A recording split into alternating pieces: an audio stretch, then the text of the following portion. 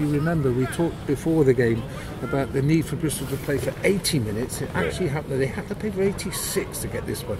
Yeah, look, I think, you know, the biggest thing we spoke about at half-time was we made one error down in our 22 with a forced pass, which was basically led to the shank into touch, and then we ended up in our corner. And so we just re-emphasised what our focus was at the beginning of the game, was to control what we're doing. And really proud of the boys. If you look at that last scrum leading into Tom's try, to hold shape like that and to end up with a positive result was outstanding. So I give them a lot of credit for sticking to their disciplines in that second half.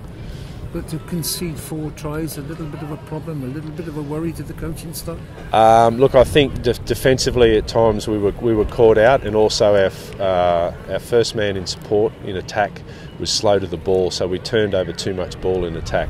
So they're probably 2 areas we need to work on. So, if you look at it, a lot of the stuff was brought about from our mistakes. Like, for example, I spoke to Gaston in the second half. He came on and pick and drove against the grain and isolated himself, so turned the ball over. We ended up down in our corner, and they ended up scoring from that next line out. So things like that, if I can help and make the forwards understand that you can't isolate yourself, you've got to work as a pack, and can't give the opportunities to the oppositions like that.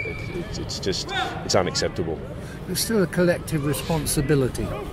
Massively, and I think that's the thing that pleased me, because you know, collectively that scrum, the more prior to that, the forwards, they stuck to their guns and they built opportunities for the team to capitalise on, and that's what I'm happy about. But we've just got to work harder to eliminate these errors and make sure that there's no complacency in our skills.